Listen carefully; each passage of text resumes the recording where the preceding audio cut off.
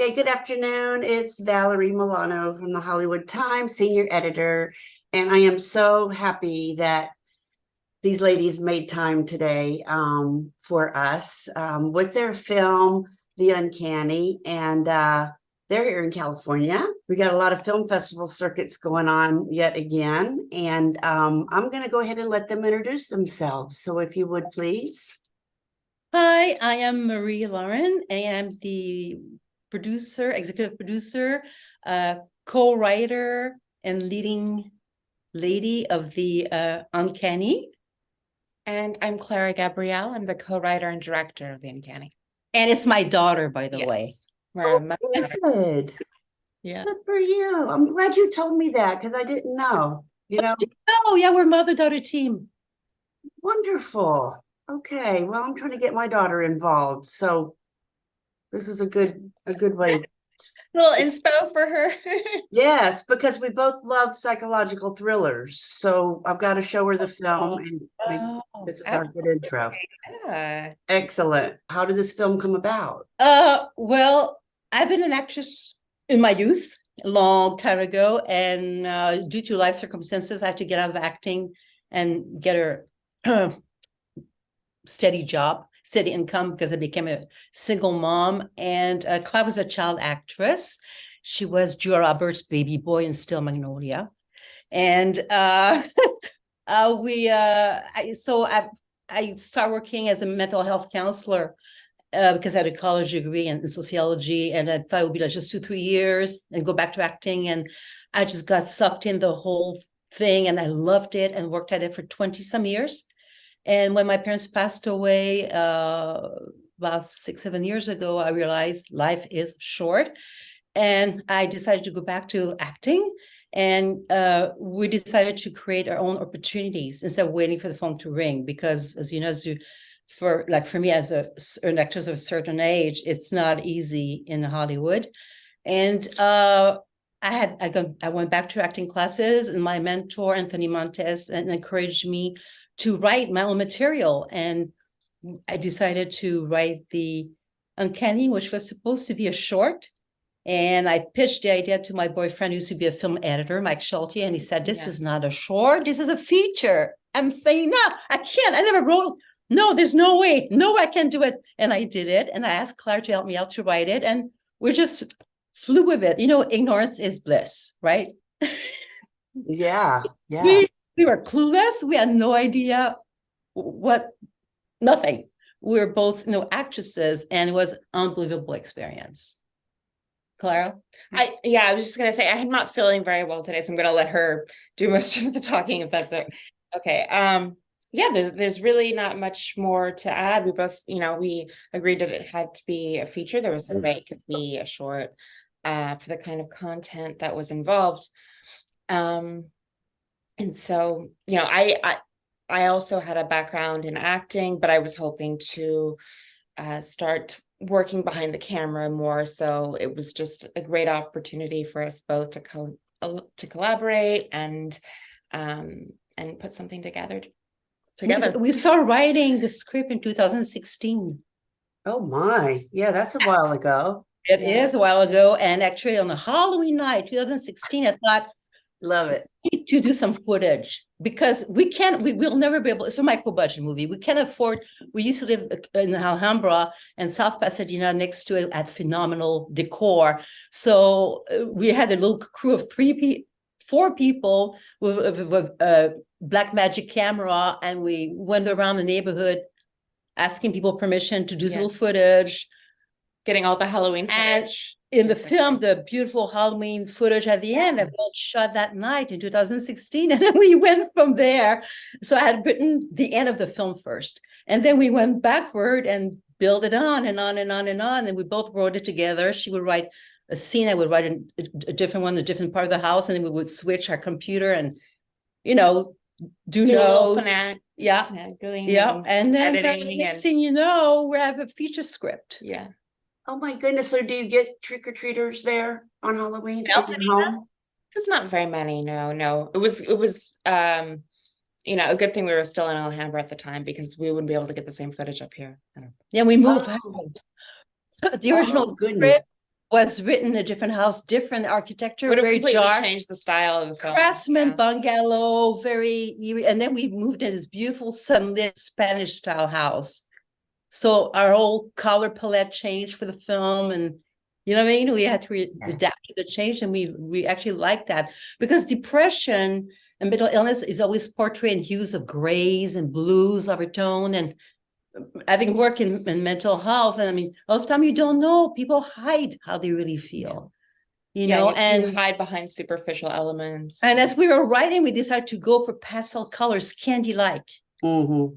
And as we were writing, Kate Spade committed suicide and Anthony Bourdain, and people kept saying, "Oh my God!" But those people were like, look so happy. Kate Spade with a colorful design, quirkiness, and Anthony Bourdain was always partying and happy-go-lucky guy. Well, that's the thing with mental illness. A lot of time it's well hidden, and it was very personal subject for us to tackle and to sort of destigmatize the subject and make people want to talk about it after watching the film. Yeah. Claire, did you take writing in school? How did you get into writing? I've always had a natural proclivity towards creative writing. It's was always my strongest suit, and I took like some few classes, but I hadn't tackled anything of this sort of this project before. But it was, I was ready. Yeah. I was scared shitless last night watching it by myself. Oh, really? I told my husband, you got to get up here and watch this with me. I was very frightened.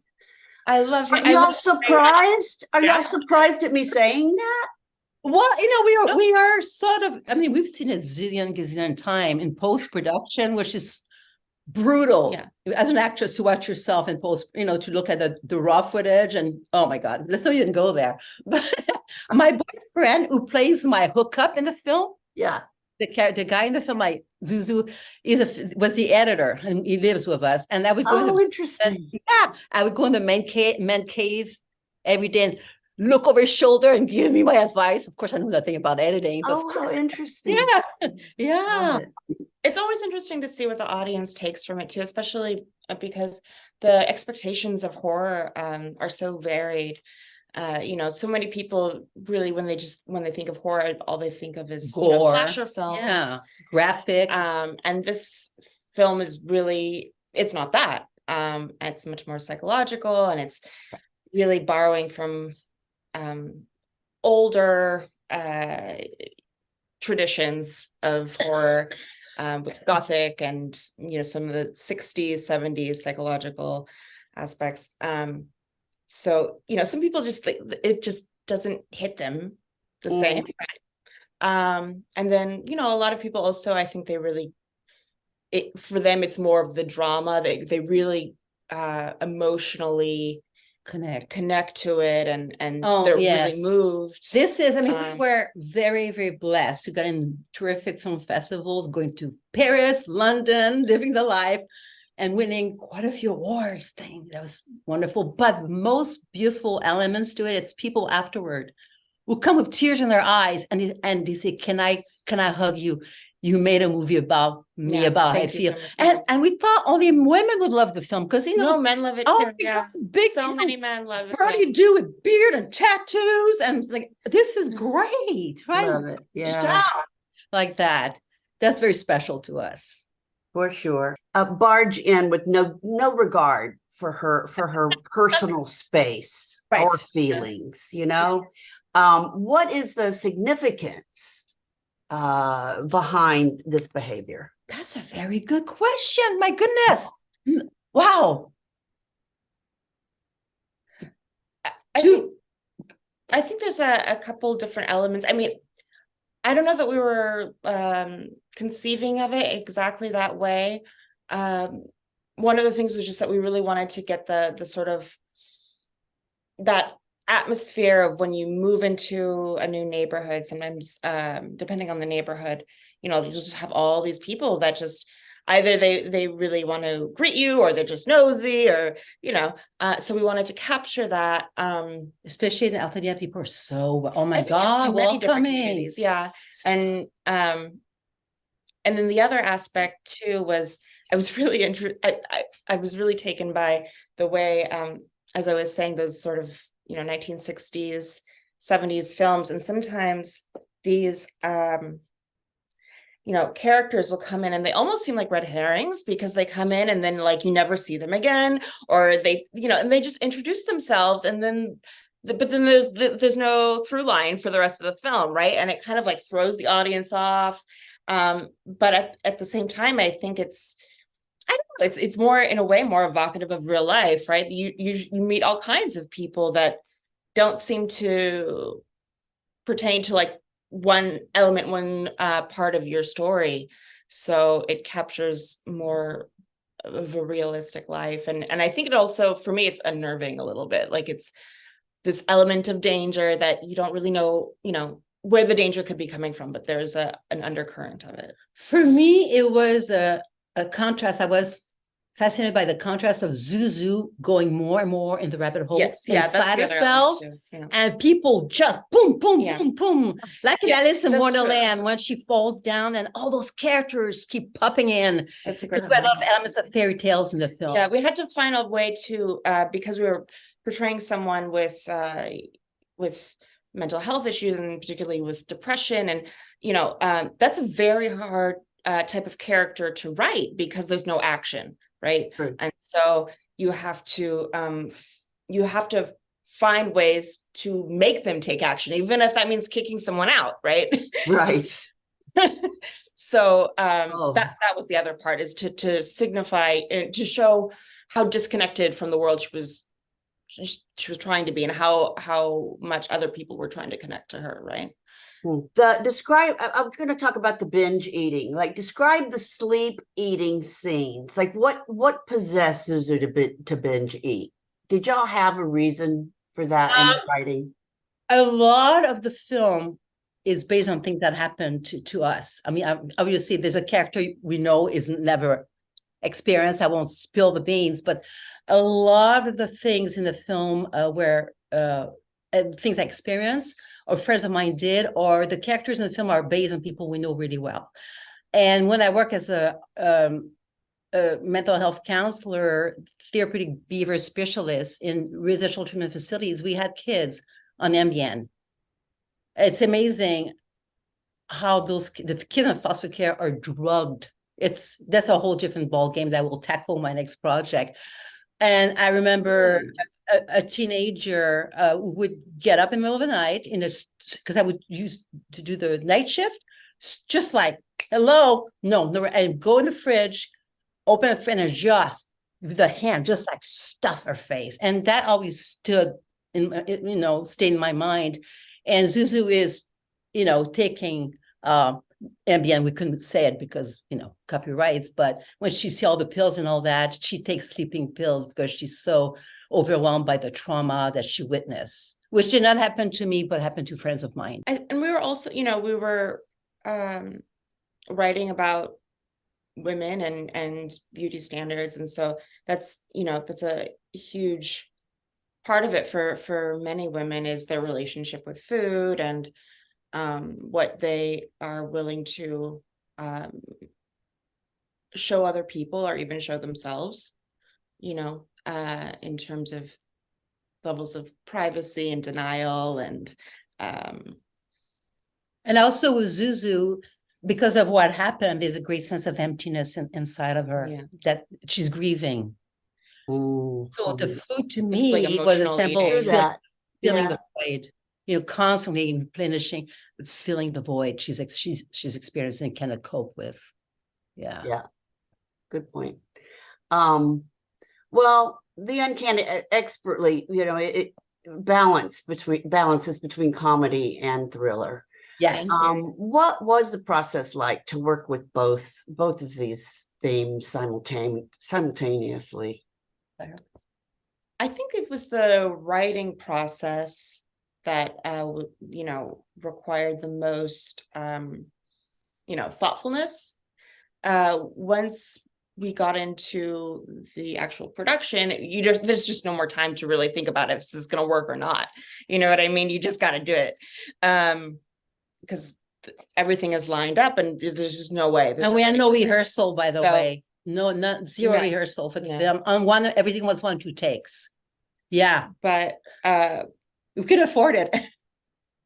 but you know, I trusted the work that we'd put in the script, and I trusted all my actors.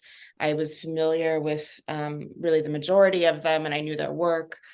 And so it was very natural. And then once you get back to the editing room, though, then you get to revisit it again, and see how it all actually is going to sound and play off of each other. And but when you're filming, though, I think that you don't, there's no space to really think, to question yourself.